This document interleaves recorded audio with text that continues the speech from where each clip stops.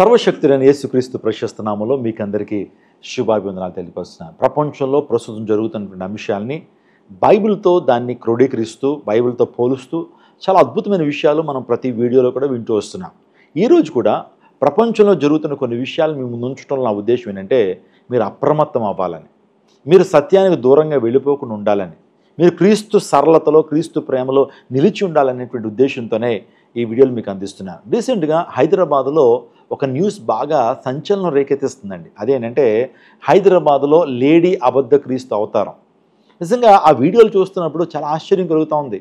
ఒక లేడీ బయలుదేరిందండి. ఆమె దైవ సేవకురాలని చెప్తా ఉంది. ఇదివరకు పరిచర్యను ప్రారంభించారు. ఆ పరిచర్య కాస్త చేస్తూ ఉన్నప్పుడు ఆమె ఈరోజు ఏం చెప్తుందంటే, నేనే క్రీస్తును, మీ అందరి కొరకు రక్తం కాచింది నేనే, మీ అందరి యొక్క రక్షణార్థం సిలువలో ప్రాణత్యాగం చేసింది నేనే మార్గాన్ని, నేనే సత్యాన్ని, నేనే జీవాన్ని అని యేసుక్రీస్తు ప్రభు నేనే అని చెప్తూ పలువురిని మోసగిస్తూ ఉంది. సుమారుగా 300 నుంచి 400 మంది వరకు కొంతమంది విశ్వాసులు కూడా ఆమెకున్నారు. ప్రతి రోజు కూడా ఆమెను సందర్శిస్తూ ఆమె పాదాల మీద పడి సాష్టాంగ నమస్కారం చేయటం మాత్రమే కాకుండా ఆమె ఏమైతే చెప్తుందో అన్నీ నమ్ముతున్నారండి. ఎంత విచిత్రమైన ప్రపంచంలో ఉన్నా నేనే క్రీస్తునని ఆమె అనేక మందిని మోసగిస్తూ ఉంది. ఇంకా చెప్పాలంటే, నేను మిమ్మల్ని అందరినీ పరలోక రాజ్యానికి తీసుకెళ్లేది నేనే, రెండవ రాకడలో మీరు ఎత్తబడాలంటే మీరు నన్ను వెంబడించాలి, నేనే ఆ క్రీస్తునని క్లెయిమ్ చేస్తూ ఉంది. అంత మాత్రమే కాదు, ఆమె చెబుతూ ఉన్నప్పుడు ప్రక్కన రిథమ్ ప్యాడ్స్లో కొన్ని ట్రంపెట్ సౌండ్లు వేయించుకుని, ఇదిగో ట్రంపెట్ సౌండ్ వినపడతా ఉంది అని చెప్పి ప్రజల్ని మభ్య పెడతా ఉంది. ఇదేమన్నా కొత్త బ్రదర్ అని అంటే, ఎంతో కాలం నుంచి ఇలాంటి మోసాలు జరుగుతున్నాయండి. ఆది నుంచి కూడా యేసుక్రీస్తు ప్రభువారు సమస్త మానవాళి కొరకు ఆయన జన్మించి, ఆయన దివ్య బోధలు చేసి మనందరి కొరకు తన ప్రాణాన్ని అర్పించి ఆయన 3 రోజులు తిరిగి లేచి పరలోక రాజ్యానికి ఆరోహణమైన దగ్గర నుంచి కూడా అనేక మంది అబద్ధ క్రీస్తులు ఈరోజున ప్రపంచంలో లేచారు. ఇప్పుడు వారైతే సజీవ లెక్కలు లేరు, కానీ వారు సమాధులను ఉన్నారు. ఆలోచన చేయండి, అంత్య దినాల్లో, కడవరి దినాల్లో అబద్ధపు క్రీస్తులు, అసత్య బోధలు, గొర్రెతోలు కప్పుకున్న తోడేళ్ళ మీ దగ్గరికి వస్తారు. జాగ్రత్త జాగ్రత్త జాగ్రత్త అని దేవుని వాక్యం హెచ్చరిస్తున్నా సరే, ప్రజలు వారి జీవితాల్లో ఇలాంటి దురద చెవులు కలిగినటువంటి వారు సత్యాన్ని నమ్మకుండా అసత్యాన్ని నమ్ముతూ వారి యొక్క ఆత్మీయ జీవితంలో పతనాస్థితికి వెళ్ళిపోతున్నారు. అందును బట్టి ఈ వీడియో నేను చేయడానికి ఇష్టపడుతున్నాను. ఈరోజు అనేక మంది అబద్ధ క్రీస్తులు బయలుదేరుతున్నారు. యేసు ప్రభువారు చాలా క్లియర్గా చెప్పాడు. మత్తయి సువార్త 24వ అధ్యాయంలో యుగ సమాప్తికి సూచనలు ఏంటని నీ శిష్యులు అడిగినప్పుడు ప్రభువారు చెప్పింది ఏంటో తెలుసా? నా నామం పేట అనేక మంది వచ్చి మిమ్మల్ని మోసగిస్తారు, అబద్ధపు క్రీస్తులు బయలుదేరుతారు, గొర్రెతోలు కప్పుకున్న తోడేళ్ళ మీ దగ్గరికి వస్తారు అని చాలా విషయాలు చెప్పి సంఘాన్ని హెచ్చరించాడు. అప్పుడు మీరు గమనించాలి, రెండవ రాకడ అతి సమీపంగా ఉందనే విషయాన్ని గమనించాలని యేసు ప్రభువారు చెప్పారు. ఇంకా మనం ఆలోచన చేస్తే ప్రకటన గ్రంథం 2వ అధ్యాయాన్ని జాగ్రత్తగా ఆలోచన చేస్తే 7 సంఘాల వివరణ అక్కడ చూస్తుంటాం. 3వ సంఘమైన పెర్గము అనేటువంటి సంఘంతో దేవుడు మాట్లాడుతున్నటువంటి మాట ఏంటి తెలుసా? పెర్గము సంఘమా, నీలో నికోలాతు బోధలున్నాయి, నీలో బిలాము బోధలున్నాయి అని చెప్తూ జాగ్రత్త పడమని పెర్గము సంఘంతో మాట్లాడాడు. ఏంటండి బిలాము బోధలు? ధనార్జున కొరకు ధనం సంపాదించాలనేటువంటి ఆశ కలిగినటువంటి సేవకులు, ధనాన్ని ఎలాగైనా సంపాదించాలి, ప్రజలను మోసం చేసినా సరే ధనం సంపాదించాలి. బిలాం చేసింది అంతే కదా. బాలాకు దగ్గర ధనం తీసుకుని ఇశ్రాయేలుని చెప్పించాడు.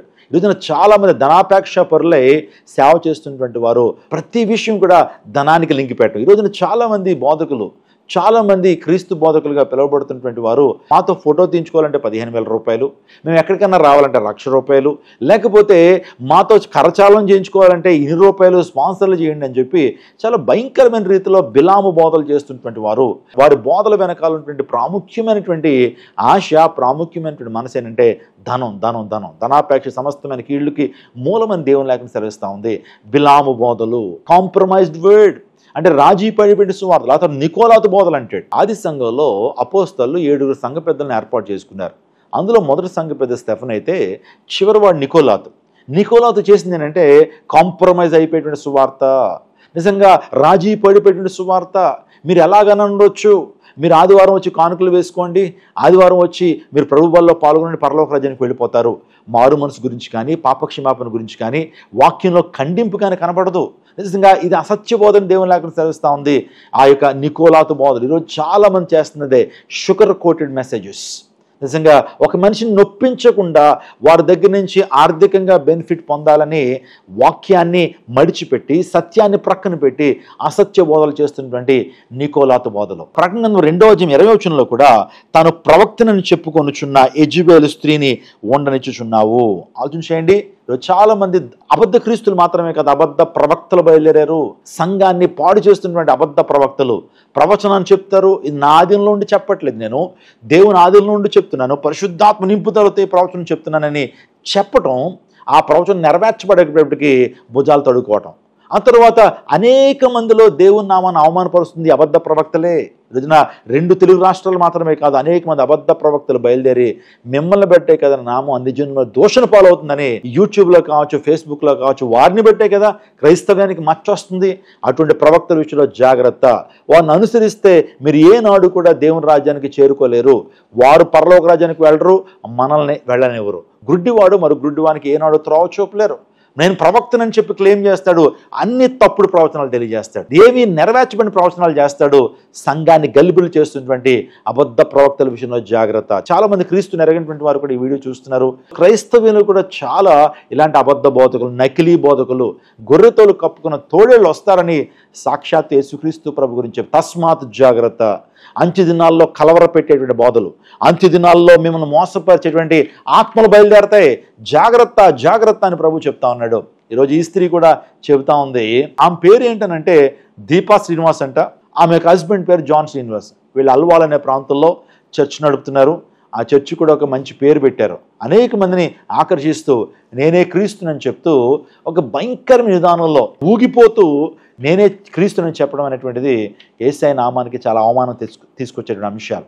నా ప్రియదేవజనాంగం, ఎందుకు మిమ్మల్ని అలర్ట్ చేస్తున్నాను? అన్ని సువార్తలు కూడా మంచి సువార్తలైనా, కలిపి చేరిపడే సువార్తలు, ప్రజలను మభ్యపెట్టేటువంటి సువార్తలు, చాలా భయంకరమైనటువంటి దినాల్లో మనం బ్రతుకుతున్నామండి. మన ఆధ్యాత్మిక జీవితాన్ని కాపాడుకోవాలి. మీరు ఎమోషనలైజ్ అయిపోద్దు, ఏదో చూసిన తర్వాత నమ్మేయద్దు. దయచేసి ఆత్మ వివేచనతో మీరు గమనించాలి. ప్రతి సువార్తను మీరు నమ్మేయద్దు. ఏ సువార్త అయితే దేవుని వాక్యానికి అనుగుణంగా ఉందో, ఏ బోధ అయితే దేవుని వాక్యానికి అనుగుణంగా ఉందో, ఏ బోధ అయితే అపోస్తుల బోధ వలె ఉందో దాన్ని పరిశీలించండి. బెరయ విశ్వాసులు అపోస్తలుడైన పౌలు చెప్తున్న బోధను కూడా చాలా జాగ్రత్తగా పరీక్షించి విన్నారట. వాస్తవానికి అపోస్తలుడైన పౌలు చాలా గొప్ప దేవుని సేవకుడు. నిజంగా మరణించిన వారిని కూడా లేపినటువంటి అపోస్తలుడైన పౌలు లేఖనాలని అందిస్తున్నప్పుడు, లేఖనాలని వివరిస్తున్నప్పుడు లేఖనాలకు అనుగుణంగా ఉందో లేదో అపోస్తలుడైన పౌలును కూడా పరీక్షించిన సంఘం బెరయ సంఘం. నా ప్రియదేవజనాగమ, అంత్యదినాలు ఇలాంటి క్రీస్తులు అనేక మంది వస్తారని దేవుని లేఖనం సెలవిస్తుంది. ప్రపంచంలో నాకు కొంతమంది తెలుసండి. అమెరికా దేశంలో ఆర్టెగో ఫెర్నాండెజ్ అనే ఒక వ్యక్తి ఉన్నాడండి. ఆ వ్యక్తి 2011 సంవత్సరంలో వైట్ హౌస్ మీద దాడి చేశాడు. అప్పుడు ప్రెసిడెంట్ బారక్ ఒబామా అతన్ని చంపాలి, అతన్ని ఎలాగైనా సరే చంపేయాలని ఉద్దేశంతో అతని యొక్క ఇంటి మీద కాల్పులు జరిపాడు ఈ వ్యక్తి. ఎందుకు కాల్పులు జరిపావు, ఎందుకు చంపాలనుకున్నావంటే, బారక్ ఒబామా అతడు యాంటీ క్రైస్ట్, నేను నిజమైన క్రీస్తుని, ప్రజలను కాపాడటం కొరకు నేను మెస్సేజ్గా వచ్చాను, నేను క్రీస్తుగా వచ్చానని చెప్పి క్లెయిమ్ చేసుకున్నాడు. సర్గే ఎనటలియో విచ్ టారప్ అనేటువంటి మరొక వ్యక్తి ఉన్నాడండి. ఆ వ్యక్తి కూడా 10,000 మంది ఫాలోవర్స్ కలిగినటువంటి వ్యక్తి the church of the last టెస్టమెంట్ని ప్రారంభించాడు. రష్యాలో ఆ వ్యక్తి కూడా క్రీస్తునని చెప్పుకున్నాడు. వాస్తవానికి ఆ వ్యక్తి ఒక ట్రాఫిక్ పోలీసుకు ఉన్నాడు. తర్వాత మరి ఆ వ్యక్తి అనేకమైనటువంటి గ్రంథాలు చదివాడు. హిందూయిజం గ్రంథాలు చదివాడు, బుద్ధిజం చదివాడు. ఆ తర్వాత అనేక పుస్తకాలు చదివి ఎట్టకేలకు నేనే క్రీస్తుని అన్నాడు. చాలా మందిని మనం చూస్తాం నేనే క్రీస్తుని ప్రకటించుకున్నటువంటి వారిలో వ్యానో బెంటో అనేటువంటి మెక్సికన్ ఆ వ్యక్తి కూడా నేనే మెస్సాయనని చెప్పుకున్నాడు. 16 సంవత్సరాలు బాలికను లైంగికంగా వేధించి చంపేసినాడు ఆ వ్యక్తి. నేనే క్రీస్తుని చెప్పుకోవటం ఎంత అవమానం. వీరిని బట్టి క్రీస్తునామానికి అవమానం జరగట్లేదా? జోస్ డి జీసస్ మెరండా అనేటువంటి వ్యక్తి ఫ్లారిడా అనే ప్రాంతంలో మెస్సియా అని ఆ వ్యక్తి పిలువబడ్డాడు. 666 ముద్రలు అందరూ వేయించుకోవాలని తన శిష్యుడికి ఆజ్ఞాపించాడు. ఆ తర్వాత అపోలో క్యూ బాలాయ్ అనేటువంటి వ్యక్తి ఫిలిప్పైన్స్లో the king of Jesus Christ అనేటువంటి పరిచయం ప్రారంభించి 6 లక్షల మంది ఫాలోవర్స్ని కలిగిన వ్యక్తి నేనే దైవ కుమారుని చెప్పుకున్నాడు. ఆ తర్వాత మనందరికీ తెలిసిన వ్యక్తి సౌత్ కొరియాలో అన్సంగ్ హంగ్ అనేటువంటి వ్యక్తి గురించి మీరు వినే ఉంటారు. అతని బ్రాంచ్లు మన భారతదేశంలో కూడా చాలా ఉన్నాయి. ఆ వ్యక్తి చెప్పింది ఏంటి తెలుసా? నేనే క్రీస్తుని, నేనే దైవ కుమారుని అని చెప్పడం మాత్రమే కాకుండా తన భార్య ఉంది, తన భార్యతో కూడా మంచి బిజినెస్ చేయించాలనుకున్నాడు ఆ వ్యక్తి. భార్యని ఏమన్నాడంటే పరలోకపు తల్లి, పరలోకరాని తల్లి ఉంది, ఆ తల్లి ఎవరో కాదు, హన్సంగ్ భార్య జింగిల్జా, ఆమె పేరు జింగిల్జా అండి. ఆమెను పరలోకపు తండ్రి అని చెప్పి పరిచయం చేస్తే ఎంతమంది ఫాలోవర్స్ ఉన్నారో తెలుసా? కొన్ని కోట్ల మంది ఉన్నారండి ఫాలోవర్సు. ప్రజలకి ఏమవుతా ఉంది? పిచ్చి ఏమన్నా పడతా ఉందా? ప్రజలు కనీసం వాక్యాన్ని పరిశీలన చేయట్లేదే, ఆత్మ వివేచన ప్రజలకు కనిపించట్లేదే. ఒక గొర్రె తప్పిపోతే ఆ గొర్రె వెనకాల అన్నీ కూడా వీళ్ళు గోతులో పడుతున్నట్టు ఈరోజు క్రైస్తవ్యంలో ఉన్నటువంటి వ్యక్తులకి ఏమవుతా ఉంది? అనేక మంది రోజున ఇలాంటి దొంగ ఇలాంటి భయంకరమైనటువంటి బోధల్లో పడిపోతున్నారండి. సంగమా తస్మాత్ జాగ్రత్త. ఆ తర్వాత ఇంకా మనం చెప్పాలంటే ఇలాంటి క్రీస్తులు చాలామంది ఉన్నారు. 500 మంది క్రీస్తులు ఉన్నారట ఇలాంటి వారు. ఇప్పటికొచ్చి అనేక మంది నేనే క్రీస్తుని క్లెయిమ్ చేసినటువంటి వారు, నేనే క్రీస్తుని, నేనే మార్గాన్ని, సత్యాన్ని, జీవాన్ని అని చెప్పిన వారు లేకపోలేదు, చాలామంది ఉన్నారు. ఇప్పుడు ఈమె కూడా బయలుదేరింది హైదరాబాద్లో. వీళ్ళందరూ కూడా పురుషులండి. ఇప్పుడు మన స్త్రీలు కూడా బయలుదేరారు. ఆ స్త్రీ కూడా చెప్తుంది నేనే క్రీస్తునని, నేనే మార్గాన్ని, సత్యాన్ని, జీవాన్ని. ఇంకో మాట ఏంటంటే ఆమె సంఘంలో ప్యాడ్స్ ఉంటాయి కదండి, రిథమ్ ప్యాడ్స్, మ్యూజిక్ సిస్టమ్ ఉంటుంది. ఆ మ్యూజిక్ సిస్టంలోంచి ట్రంపెట్ సౌండ్లు వేయించుకుని ఇదిగో ట్రంపెట్ వాయిస్తూ ఉన్నాను, అదే కడబోరా అని చెప్తూ ప్రజలు మోసగిస్తుంటే ప్రజలు ఆమెకి సాష్టాంగ నమస్కారాలు చేస్తున్నారండి. ప్రజలు ఆ మాటలను నమ్మి ఇంకేంటి ఈమె యేసుక్రీస్తు అని నమ్ముతూ వారి సమయాన్ని పాడు చేసుకుంటున్నారు, వారి ధనాన్ని పాడు చేసుకుంటున్నారు, ఆత్మీయంగా ఎంతో పతనాస్థితికి వెళ్ళిపోతున్నారు, భయంకరమైన ఆత్మీయ భ్రష్టత్వంలోకి వెళ్ళిపోతూ ఉన్నారు. మనం ప్రజ్ఞందులో చాలా జాగ్రత్తగా చదివితే 2వ అధ్యాయం 20వ వచనంలో తాను ప్రవక్తను చెప్పుకొనిచున్న యెజబెలు స్త్రీని ఉండనిచ్చుచున్నావు. ఆలోచన చేయండి, యెజబెల్ లాంటి వాళ్ళని ఎంటర్టైన్ చేస్తున్నావు నువ్వు అంటే. చాలా మంది ఈరోజు ప్రవక్త అని చెప్పుకుంటున్నారు, కానీ వారు నిజమైన ప్రవక్తలు కాదు, వారు దొంగ ప్రవక్తలు. వారి ప్రవచనాలు ఏమీ నెరవేర్చబడట్లా. చాలామంది ముందుకు వచ్చి అంటున్నారు మేము ప్రవక్తలను క్లెయిమ్ చేసుకుంటూ నేను దేవుని ఆత్మతో నింపబడ్డాను, నేను పరిశుద్ధాత్మ అభిషేకంతో నింపబడ్డాను, నా స్వాధీనంలో లేనని చెప్పి ప్రవచనాలు పబ్లిక్గా రిలీజ్ చేయడం, అవి జరగకపోవటం. తద్వారా ఎవరి నామం దోషణ పాలవుతుంది? యేసుక్రీస్తు ప్రభు నామం పేరిట, పరిశుద్ధాత్మ నామం పేరిట నువ్వు ప్రవచనాలు రిలీజ్ చేస్తున్నావు, కానీ ఒక్క ప్రవచనం కూడా నెరవేర్చబట్టలేదు. సమాజంలోకి వెళ్తున్నప్పుడు అన్ని జనులు దాన్ని బట్టి క్వశ్చన్ చేస్తున్నాడు, ఎవరు సమాధానం చెప్పలేని పరిస్థితి. దేవుడు చాలా క్లియర్గా చెప్తున్నాడు, ప్రవక్తనని చెప్పుకుంటూ ప్రవక్త కానటువంటి వారు నీలో ఉండనిచ్చుచున్నావు, వారి విషయంలో జాగ్రత్త. సంఘం నుంచి వారిని వెలివేయండి, సంఘం నుంచి వారిని ప్రక్కన పెట్టండి. అంతేగాని వారి బోధల ద్వారా నువ్వు పొందుకునేటువంటి ఆత్మీయ దీవెన ఏమీ లేదు. చాలామంది రోజు నేనే ప్రవక్తనని చెప్పుకుంటూ దేవుని నామానికి అవమానం తీసుకొస్తున్నటువంటి వారు. నిజంగా వారి ప్రవచనాలు ఒక్కటి కూడా నెరవేర్చబడట్లా. అన్ని జనుల మధ్య దేవుని నామం దూషణ పాలు అవటానికి కారణము ఈ దొంగ ప్రవక్తలను బట్టే.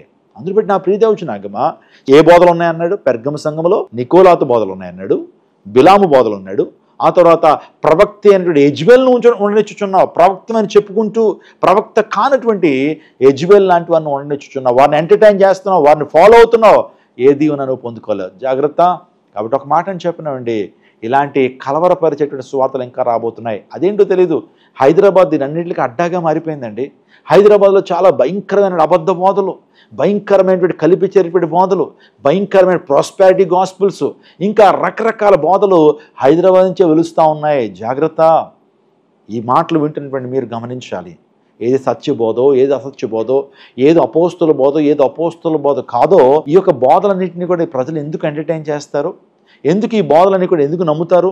ఈ అసత్య బోధను ఎందుకు నమ్ముతారంటే దేవుని లేఖనం చెప్తుంది. 2వ తిమోతికి రాసిన పత్రిక 4వ అధ్యాయం 3వ వచనంలో జనులు హితబోధన సహింపక దురద చెవులు గలవారే తమ స్వకీయ దురాశలకు అనుకూలమైన బోధకులను తమ కొరకు పోగు చేసుకుని సత్యమునకు చెవినియక కల్పనా కథల వైపు తిరుగు కాలము వచ్చును. చూడండి, అంత్యదినాల్లోనట ప్రజలు దురద చెవులు కలిగినటువంటి వారే కల్పనా కథల వైపు మొగ్గు చూపుతూ తమకు అనుకూలమైన బోధకులను ఏర్పాటు చేసుకుని వారు సత్యమునకు చెవినివ్వక, సత్యాన్ని నమ్మరండి. సత్యాన్ని అనుసరించాలని ఆశ ప్రజలకు లేదు. ఎక్కడైతే మాయలు మంత్రాలు ఎక్కడ జరుగుతుంటాయో వెళ్ళి ఆ బోధలు విని నష్టపోతుంటారు. అంతా అయిపోయిన తర్వాత నష్టపోతారు. వారి జీవితంలో ఎంతో బాధ వారి జీవితంలో కలుగుతుంది.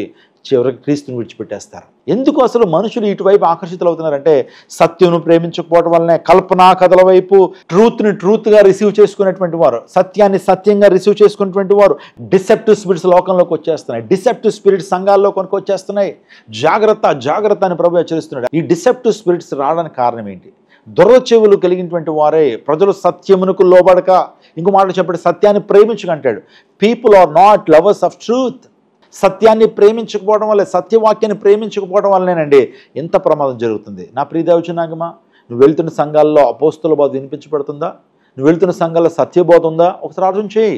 మోడీల దగ్గరికి, మంత్రాల దగ్గరికి, వెనకాల మభ్యపెట్టిన మాటల దగ్గరికి వెళ్ళటం ద్వారా ఆధ్యాత్మికంగా నువ్వు దీవెన పొందుకోలేవు. నేను ఈ విషయాన్ని ఖచ్చితంగా చెప్తున్నాను. షుగర్ కోటెడ్ మెసేజ్ కాదు మనకి. నిజంగా మన జీవితాన్ని సరిచేసేటువంటి మాటలు, మన జీవితాన్ని వెలిగించేటువంటి మాటలు. వాక్యం ద్వారా మనం పియర్స్ అవ్వాలి, వాక్యం ద్వారా మనం గుచ్చబడాలి. తద్వారా మనం మార్చబడతాం, దేవుని రూపంలోకి మార్చబడతాం. 1 యోహాను పత్రిక 4:1 ప్రియులారా, అనేకులైన అబద్ధ ప్రవక్తలు లోకములకు బయలు వెళ్ళి ఉన్నారు. ప్రతి ఆత్మను నమ్మక ఆయా ఆత్మలు దేవుని సంబంధమైనవో కావో పరీక్షించుడి. రోజున పరీక్షించేటువంటి క్రైస్తవుడిగా ఉన్నావా? పరీక్షిస్తున్నావా దేవుని వాక్యాన్ని? అక్కడ చాలా జోకులు చెప్తారండి, అక్కడికి వెళ్ళిపోతున్నామండి. లేకపోతే అక్కడ అద్భుతాలు జరుగుతున్నాయండి, లేకపోతే అక్కడ స్వస్థలు జరుగుతున్నాయండి. ఎంతవరకు ఖచ్చితమైన స్వస్థలు జరుగుతున్నాయి? ఎక్కడైతే దేవుని వాక్యం ఖచ్చితంగా ప్రకటించబడతావు దేవుని కార్యాలు జరుగుతాయి, అక్కడ స్వస్థలు జరుగుతాయి. అంతేకాని పేర్లు పెట్టి పిలవటాలు, అక్కడ దొరికేయటాలు, దొంగ ప్రవచనాలు చెప్పడం, మళ్ళీ దొంగ ప్రవచనాలు నెరవేర్చబడేటప్పటికి మరలా అది కాదు ఇది కాదని చెప్పి సంజాయిషులు ఇచ్చుకోవటం దొరికేస్తున్నారు కదా ఈ రోజున. సోషల్ మీడియాకి దొరికేస్తున్నారు, క్రైస్తవేతలకు దొరికేస్తున్నారు, క్రైస్తవ విరోధులకు దొరికేస్తున్నారు, క్రైస్తవ్యాన్ని అబాసుపాలు చేసేస్తున్నారు. ఈ రోజున ఇటువంటి వారి వల్లే ఎలాంటి నేనే క్రీస్తునని ప్రొక్లైమ్ చేసుకున్నటువంటి ఈ స్త్రీల ద్వారానే, నేనే ప్రవక్తనని ప్రొక్లైమ్ చేసుకుంటూ ఏమంటే వారు ప్రవక్త కాకపోయినా అబద్ధ బోధకులు, అబద్ధ ప్రవక్తలు బయలుదేరి సంఘాన్ని కలిపి చెరుపుతున్నారే. జాగ్రత్త. నీ ఆధ్యాత్మిక జీవితాన్ని జాగ్రత్తగా కాపాడుకోవాలి, నీ ఆత్మీయ జీవితాన్ని కాపాడుకోవాలి. అపోస్తలుడైన పౌలు మరణించిన వారిని కూడా లేపాడు. ఐతుకున్నటువంటి యవనస్తులను లేపినటువంటి గొప్ప దైవజనుడు. ఆ ప్రసంగం అందించిన తర్వాత ఆయన బెరయ అనేటువంటి సంఘానికి వెళ్ళినప్పుడు బెరయ విశ్వాసులు అపోస్తలుడైన పౌలు చెప్తున్నటువంటి మాటలు లేఖనాలతో సరిచూసి చూశారట. ఈయన కరెక్ట్ చెప్తున్నాడా లేకపోతే లేఖనాలకి విరుద్ధంగా చెప్తున్నాడని పరీక్షించారట. కాబట్టి బెరయ సంఘం వలె మనందరం ఉండాలండి, బెరయ విశ్వాసుల వలె మనందరం కూడా ఉండాలి. ఈరోజు ఒక మాట చెప్తున్నాను, 9 కృపావరాలు ఉన్నాయి. అందులో ఏది శ్రేష్టమైన కృపావరం అని మీరు నన్ను అడిగితే ఒక విషయం చెప్తాను. ఏంటి తెలుసా? అది ఆత్మల వివేచన. ఆత్మల వివేచన కొరకు ప్రయాసపడండి, ఆత్మ వివేచన కొరకు ప్రయాసపడండి. ప్రతి ఆత్మ నమ్మక ఆయా ఆత్మలు దేవుని సంబంధమైనవో కావో పరీక్షించండి.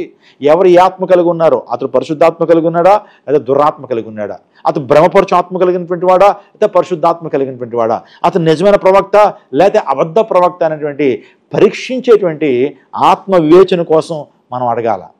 కాబట్టి నా ప్రియదేవుని చాలా విచారం అండి. ఈ యొక్క వ్యక్తిని చూస్తూ ఉన్నప్పుడు చాలా విచారం అనిపిస్తుంది.